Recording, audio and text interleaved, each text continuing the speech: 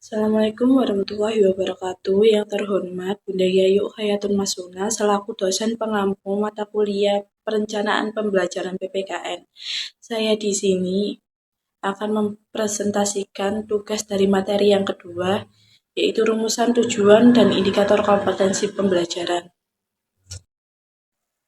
Pembahasan yang akan saya bahas dalam materi ini antara lain satu, pengertian dari tujuan pembelajaran, yang kedua fungsi dari tujuan pembelajaran, yang ketiga komponen dari tujuan pembelajaran, yang keempat cara menyusun tujuan pembelajaran, yang kelima pengertian indikator pencapaian kompetensi, yang keenam fungsi dan tujuan indikator kompetensi, yang ketujuh jenis dari indikator kompetensi, yang kedelapan metode dari indikator kompetensi, dan yang terakhir cara membuat indikator kompetensi. Pembahasan yang pertama yaitu pengertian dari tujuan pembelajaran. Kemendikbud mendefinisikan tujuan pembelajaran sebagai deskripsi pencapaian 3 aspek kompetensi, yaitu pengetahuan, keterampilan, dan sikap yang diperoleh murid dalam satu atau lebih dari kegiatan pembelajaran. Dari definisi tersebut, dapat disimpulkan bahwa tujuan pembelajaran adalah sebuah istilah yang digunakan dalam kurikulum pendidikan di Indonesia untuk mendeskripsikan kompetensi berupa pengetahuan, keterampilan, dan sikap yang harus dicapai, dimiliki, dan dikuasai oleh peserta didik dalam suatu kegiatan pembelajaran. Sedangkan menurut Bapak Umar Malik, pengertian dari tujuan pembelajaran yaitu suatu deskripsi mengenai tingkah laku yang diharapkan tercapai oleh siswa setelah berlangsungnya kegiatan pembelajaran. Selanjutnya yaitu fungsi dari tujuan pembelajaran. Yang pertama menjadi arah dan tujuan dalam melaksanakan kegiatan belajar mengajar. Perumusan tujuan pembelajaran berfungsi untuk memudahkan guru dalam melaksanakan kegiatan pembelajaran karena sudah ada petunjuknya. Misalnya, bagaimana proses pembelajaran itu dilakukan, seperti apa hasil yang akan didapatkan dalam pembelajaran, dan teknik atau metode apa yang akan digunakan dalam proses pembelajaran. Yang kedua, sebagai bukti akuntabilitas kinerja guru. Melalui tujuan pembelajaran, siswa mendapatkan gambaran mengenai kompetensi yang harus diraih dan seperti apa proses pembelajaran yang akan dilakukan. Dengan begitu, kredibilitas dan akuntabilitas kinerja guru dapat semakin meningkat. Yang ketiga, menciptakan pengalaman belajar yang menyenangkan. Fungsi tujuan pembelajaran berikutnya adalah mendorong komitmen guru untuk menciptakan pengalaman belajar yang lebih menyenangkan, menarik, efektif, dan efisien dalam mencapai tujuan pembelajaran. Selanjutnya, komponen dari tujuan pembelajaran. Ada dua komponen utama yang harus dimuat dalam tujuan pembelajaran, yaitu kompetensi dan lingkup materi. Kompetensi adalah kemampuan yang perlu dibuktikan oleh siswa bahwa dirinya telah berhasil mencapai tujuan pembelajaran. Agar lebih mudah saat menyusun kompetensi dalam tujuan pembelajaran, guru dapat menggunakan pertanyaan panduan seperti kemampuan apa yang bisa dibuktikan oleh siswa secara nyata dan tahap berpikir apa yang perlu dibuktikan oleh siswa. Komponen selanjutnya yaitu lingkup materi.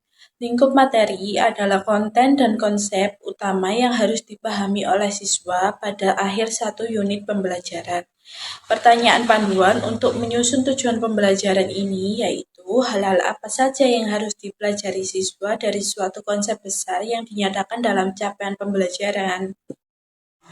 Pembahasan yang selanjutnya yaitu cara menyusun tujuan pembelajaran. Sebelum membahas cara menyusun tujuan pembelajaran, perlu diketahui bahwa selain kedua komponen tujuan pembelajaran yang sebelumnya sudah saya bahas, tujuan pembelajaran juga harus mengandung unsur ABCD, yaitu A. Audience adalah siswa yang menjadi subjek dari tujuan pembelajaran tersebut.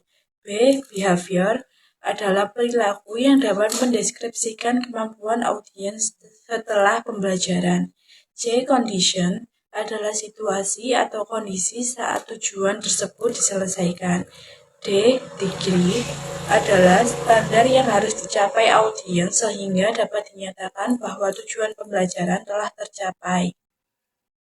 Setelah kita mengetahui unsur dari tujuan pembelajaran tersebut, barulah kita bisa menyusun tujuan pembelajaran dengan langkah-langkah sebagai berikut. 1. Melakukan analisis setiap dimensi profil pelajar Pancasila yang sesuai dengan tujuan pembelajaran pada suatu fase. 2. Melakukan analisis capaian pembelajaran yang memuat materi dan kompetensi, pengetahuan, keterampilan, dan sikap. Yang ketiga, berdasarkan analisis capaian pembelajaran tersebut, tentukan materi utama atau konten inti dari suatu pembelajaran. Yang keempat, menentukan dan merumuskan tujuan pembelajaran yang memuat kompetensi, konten, serta kebermaknaan dalam pembelajaran. Yang kelima, menentukan jumlah jam pelajaran yang diperlukan. Pembahasan selanjutnya, pengertian dari indikator pencapaian kompetensi. Indikator pencapaian kompetensi adalah penjabaran dari kompetensi dasar, yaitu berupa perilaku yang dapat diobservasi atau diukur. Tujuan dari indikator pencapaian kompetensi ini adalah untuk melihat ketercapaian dari kompetensi peserta didik dan digunakan untuk acuan penilaian suatu mata pelajaran. Selanjutnya, fungsi dan tujuan dari indikator pencapaian kompetensi. Fungsi dan tujuan dari indikator kompetensi sebagai berikut. 1. Membantu guru dalam mengembangkan materi pembelajaran yang disampaikan ke peserta didik. 2. Membantu membuat desain kegiatan pembelajaran. 3. Merancang dan melaksanakan penilaian hasil belajar. 4. Membantu siswa untuk mempersiapkan diri mengikuti penilaian baik tes dan non-tes. Yang kelima, indikator pencapaian kompetensi bisa membantu kepala sekolah untuk memantau dan memberikan evaluasi terhadap pembelajaran yang sudah berlangsung. Pembahasan selanjutnya yaitu jenis dari indikator pencapaian kompetensi. Indikator pencapaian kompetensi terdapat 3 jenis, yaitu indikator kunci, indikator pendukung atau prasyarat, dan indikator pengayaan. Penjelasan dari indikator kunci yaitu indikator yang memenuhi kriteria UKRK atau urgensi, ketertarikan, relevansi, keterpakaian, dan kompetensi yang dituntut terdapat di kompetensi dasar atau KD. Sasaran dari indikator kunci adalah mengukur ketercapaian standar minimal kompetensi dasar. Yang kedua, indikator pendukung atau prasyarat, yaitu indikator kompetensi yang sebelumnya telah dipelajari peserta didik. Indikator pendukung berkaitan dengan indikator kunci yang dipelajari. Yang ketiga, indikator pengayaan. Indikator pengayaan adalah indikator yang disediakan untuk memperluas pengetahuan peserta didik di atas tuntutan kompetensi dasar. Indikator ini tidak selalu harus ada dirumuskan apabila potensi peserta didik memiliki kompetensi yang lebih tinggi dan perlu peningkatan yang baik dari standar minimal kompetensi dasar. Selanjutnya, metode dari indikator pencapaian kompetensi. Ada 2 metode perumusan indikator pencapaian kompetensi. Yang pertama, menganalisis tingkat kompetensi yang dipakai pada kompetensi dasar. Pada metode pertama ini, ada beberapa hal yang perlu dilakukan seorang guru, yaitu 1. Memahami kata kerja operasional yang ada di taksonomi Bloom. Yang kedua, menetapkan kompetensi dasar yang dijadikan sebagai indikator. Yang ketiga, menentukan kata kerja dari kompetensi dasar sesuai dengan taksonomi Bloom. Metode yang kedua, menganalisis indikator berdasarkan tingkat UKRK kompetensi pada kompetensi dasar. Pembahasan yang terakhir, cara membuat indikator pencapaian kompetensi. Ada beberapa cara yang bisa digunakan untuk merumuskan indikator pencapaian kompetensi peserta didik. Dalam perumusannya, harus diingat bahwa indikator itu mudah dapat diamati, disaksikan, dan diketahui dengan indera. Berikut ini langkah-langkah membuat indikator pencapaian kompetensi secara rinci. Yang pertama, memahami rumusan kompetensi dasar.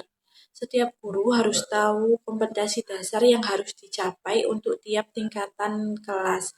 Hal ini tertuang dalam Permendikbud nomor 24 tahun 2016.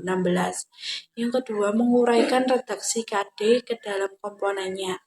Setelah itu, berdasarkan kompetensi dasar yang harus dicapai tiap tingkatan kelas, kemudian diuraikan kemampuan yang harus dikuasai anak.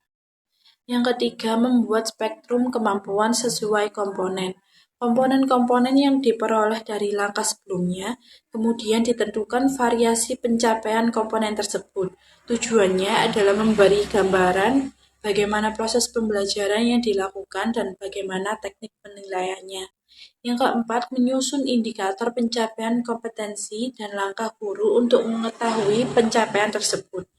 Berdasarkan banyaknya variase kemampuan siswa yang diperoleh dari langkah sebelumnya, dibuat dan disusun tanda-tanda pencapaian kemampuan siswa secara pengetahuan dan keterampilan. Yang kelima, menggunakan indikator dalam proses pembelajaran. Setelah melakukan penilaian terhadap kompetensi berdasarkan indikator, akan diperoleh kondisi peserta didik yang berbeda-beda. Dari hasil ini, maka bisa diambil tindakan lebih lanjut untuk proses pembelajaran supaya siswa yang tertinggal bisa mengikuti siswa lainnya. Yang keenam, menjaga konsistensi capaian kompetensi bukan capaian angka. Terakhir adalah guru harus menjaga capaian kompetensi atau biasa disebut dengan KKM, kriteria ketuntasan minimal. Perlu diingat bahwa KKM bukanlah capaian angka, tetapi capaian kompetensi, yaitu peserta didik mampu menguraikan pendapat pribadi tentang isi buku sastra dengan uraian-uraian rinci. Apabila siswa belum dapat mencapai kompetensi tersebut, artinya belum mencapai KKM. Sekian presentasi dari saya. Apabila ada salah dalam pengucapan, mohon maaf yang sebesar-besarnya. Saya akhiri. Wabillahi taufiq wal hidayah. Wassalamualaikum warahmatullahi wabarakatuh.